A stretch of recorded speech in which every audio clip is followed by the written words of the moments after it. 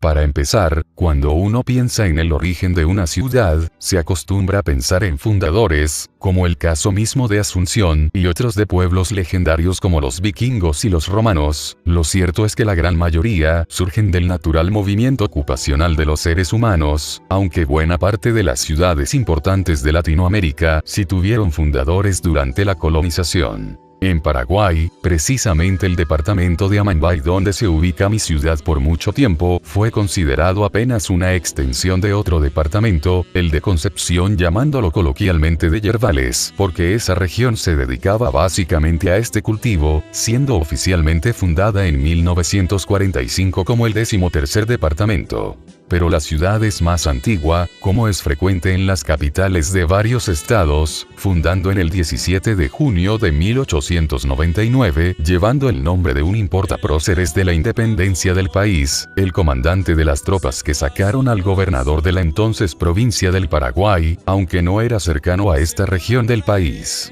Pero eran tiempos en que las ciudades debían llevar nombre de héroes nacionales, como esta otra, Capitán Vado. La razón de su fundación se debía para mantener un mínimo de control en estas zonas yerbateras, que según el escritor Rafael Barret, era un lugar muy hostil. La gran mayoría de los trabajadores eran descendientes indígenas obligados a trabajar por 12 horas al día, su alimentación consistía de restos de carne, se dormían en camas de pajas, supones eran gente que solo venían para hacer dinero e irse, aunque la violencia de los dueños de terrenos llevó a varios homicidios de estos trabajadores. Por cual el presidente de la época, don Emilio Sacaba, exigió la creación de la primera comisaría de la región, que en esos días se llamó de Punta Porá, o traducida del guaraní, Punta Bonita, debido a la localización de estar en la cordillera, que posteriormente se llamaría de Amambay. Es importante destacar el lazo histórico con la ciudad brasileña de Punta Porá, sin nombres similares, ya que una vez fueron el mismo territorio antes de su división por la guerra. Aunque no se podría nombrar con nombre y apellido los primeros habitantes de la región, este libro contempla una larga lista de los primeros propietarios de casas de la región, en la época construida de ladrillos y chapas de zinc,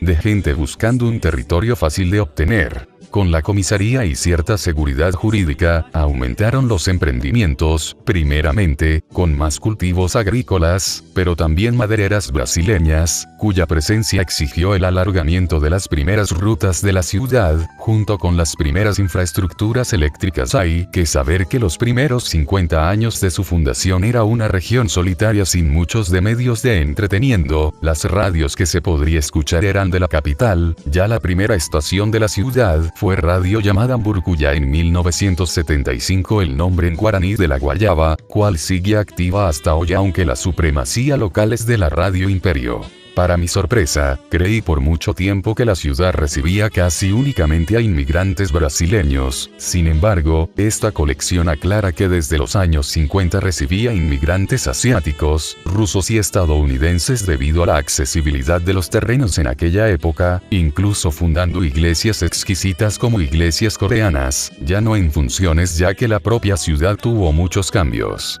Una infraestructura importante es la laguna Punta Porá, que hasta el comienzo de los 80 era una formación natural, hasta recibir la infraestructura para hacerla un lugar turístico. Otra sorpresa mía fue la cierta abundancia de artistas como músicas, literarios, incluso arqueólogos en la región, dejando incluso poemas por la ciudad.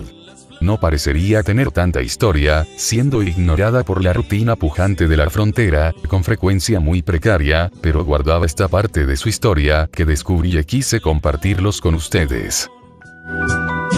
Se fue a tasar estrellas